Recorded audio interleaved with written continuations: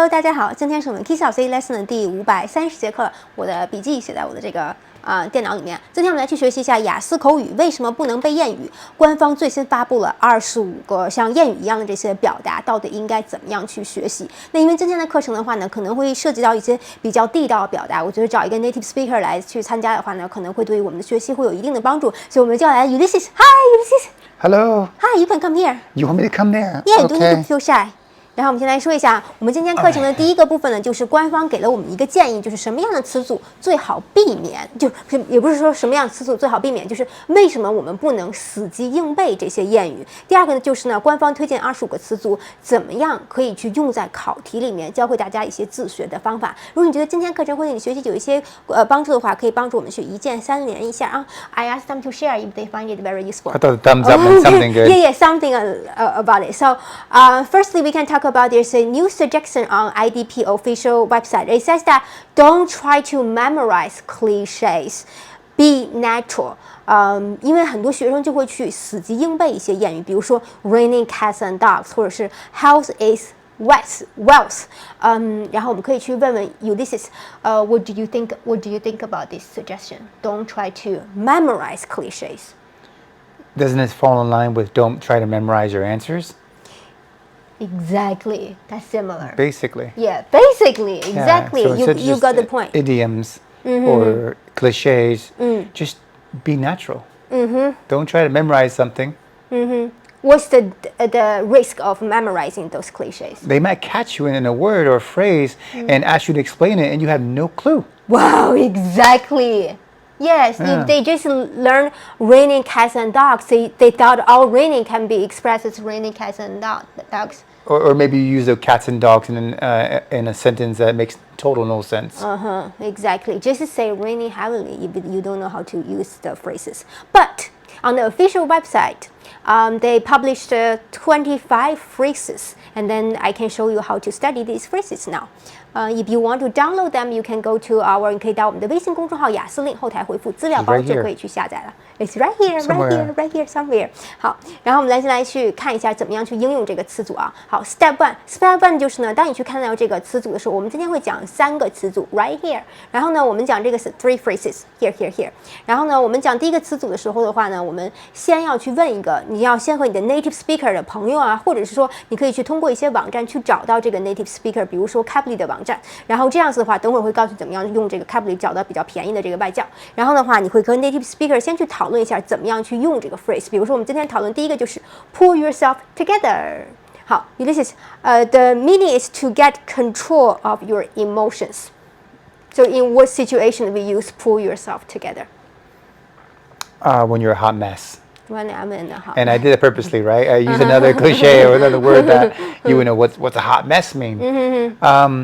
When you just not being calm, cool, and collected like you would normally be. pull myself together. Maybe you're too hyper, too excited, and your emotions are here, and everybody else's emotions are here, or your emotions are down there when they should be up here.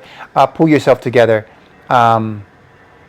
You need to get into a meeting right now, and you just found out that your daughter's in the hospital. Oh my God, I need to go to hospital. Yeah, but if you have to do this meeting or something, I'm just giving an example, then you need to pull yourself together because that's your personal life, not your business life.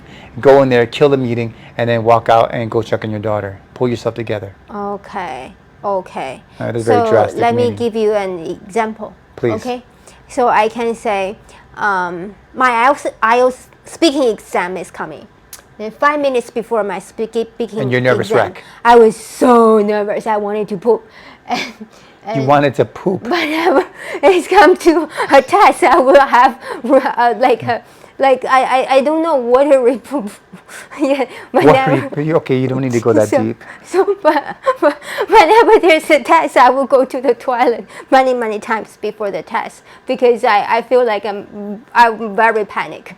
And then I can say I need to pull myself together. You must pull yourself together. I must pull myself together. So now let's go to some IELTS test questions of this season. 9月份的一些预测题目，然后我们来去看一看呢，怎么把这些 phrases, how to use these phrases in some questions. 比如说 pull myself together, I can say, one question is about writing. When the examiner asks me, do you like writing? I can say, I love writing, especially after I have a fight with my partner. I think that writing helps me to pull myself together when I feel very angry at him, so that I can calm down. Is it correct? Writing down my emotions can help me pull myself together so that I'm not going too crazy. Okay, that makes more sense. Okay, Yeah. okay. So I have to get more specific what I'm writing. Well, down. when you first said it, was kind of like, huh? Okay, no, But I when the second time you said it, it made more sense. Yeah, you should give very specific situation. I like to write down my emotions so that I can pull myself together instead of going too crazy and becoming too angry at him. Right. Or maybe you're like at a wedding, right? And it's your sister's wedding, and you're just a hot mess, which is just really going through it inside with some emotional stuff. Maybe you have no money, you lost your job or something, and you were crying before you walked into there, and you want to pull yourself together because you don't want your mood to affect everyone at the wedding's mood. Oh, you know? But did I use this correctly? Yeah. Because this is to answer a prediction question in this Okay. season's test. Okay. It's okay. I knew what you meant don't need now. the trick. Yeah. So I'm just trying to show them how to practice this phrase. Next one. So we go to, I can use it in one more question. Just so you know she's winging this. One more question is that, do you like singing? I can use it in the same way, right? I say, I love singing very much, especially when I feel very anxious or panic. I find that singing can help me pull myself together so that I can calm down. Okay. Okay, this helps. Okay, next one. I mean, when you hear pull yourself together, it means because you're just so torn Panic. apart from some kind of incident. Out of control. Or just not necessarily out of control, but I guess just maybe emotionally not in control. Right? So next one is to open a can of worms. This meaning is to create a complicated situation. That one I know. What is that? Whenever we talk with my mom. Oh, we have to walk on eggshells for one. Yes, and then because it can open a can of worms. yes, why? Because as lovely as she is, she's a very lovely human being. You never know where her day's been like, and her emotions are worn on her sleeve. Yeah. So now let's see this season's question. One is Open can of worms was created in the 1950s for fishermen because you don't want to have your cans opened with the worms popping out because you need it for fish bait. And so open a can of worms kind of means something, like not so great. A not so great surprise can happen. So this season we have one topic about you. Question here is that now let's see how this phrase can be used in this season's test. One topic is about social media. If the examiner asks me, do you usually use social media? And then I can say, I don't usually use social media because I worry that if I post something wrong, it can open a can of worms from my mom. Okay. I think just say it can open a can of worms. It can open a can of worms. And then he might say, how come? How come? I would say because my mom's emotions are very unpredictable. Sometimes she might perceive things differently. Which then causes what to happen? Which can causes a can of worms.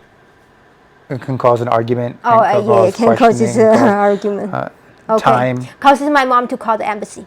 Okay, they all know this story. So next one is you are on the right track. Means you are doing something correctly or well. I can give you an example. I always like to plan the future because I want to make sure I'm on the right track. Correct? Yeah. Do you think it's a good thing or a bad thing? To always check? To always make sure I'm on the right track. As much as you check, though, could be kind of considered bad because you do it every second. Okay. So in part one, this season's topic, one topic is about, I think we can still use it to answer the writing topic. Like, do you like to write? I can say, I like to write, especially reflecting on what happened today, because this makes me understand I'm still on the right track. Correct? Okay. Okay. And another question is, do you celebrate your birthdays? I can also say, yes, I celebrate my birthday, and also on my birthdays, I like to reflect on what I have achieved in the previous year so that I know I'm on the right track to achieve my goals. Okay. Correct? Are they all correct? Okay. So do you have some follow-up topic? Because there are 25 phrases, right? So we can only cover 3 phrases to give an example about how to use these phrases in answering your IELTS test questions. So Ulysses, do you have any more suggestions? When they learn to use these phrases?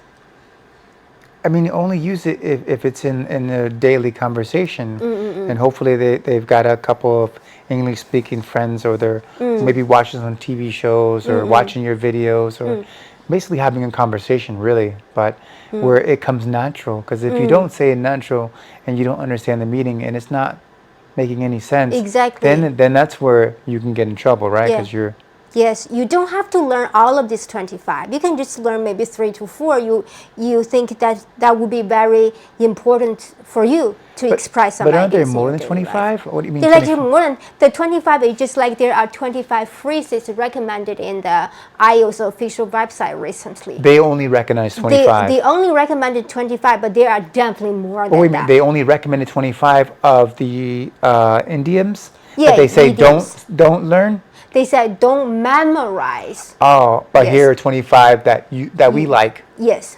But it's not 25 limited. No. You can use anything you want to use. They just give you some examples. You just don't want to rock the boat.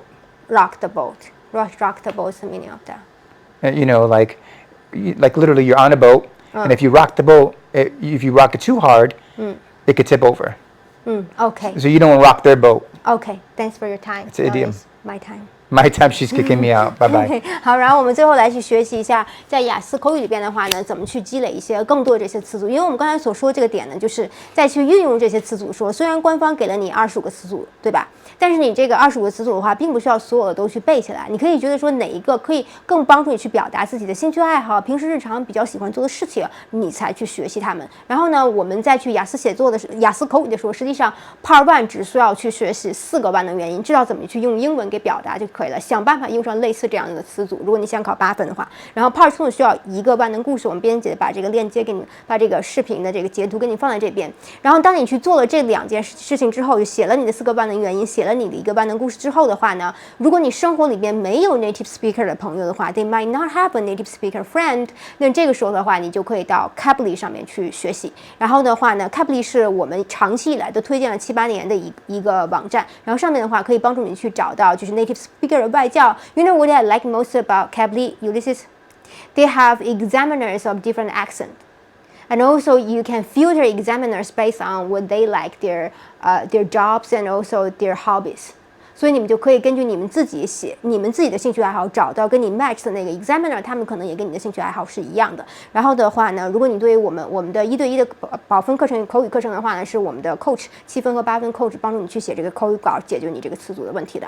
然后如果你感兴趣的话，视频下面有注册这个链接。我们今天的课程就上这边。如果你觉得课程对你学习有帮助的话，可以帮助去一键3连一下。最后提醒大家一下的是，我们有一个7天的免费课程，里面是有雅思写作考到7分必备的这个3个模板和12个逻辑点，视频下面也是有一个注册的链接的。然后我们下周的 daily lesson 再见。哦，对，会预告一下，就是明天 daily lesson 呢是一个叫 immersion learning。So we are posting our life in Thailand。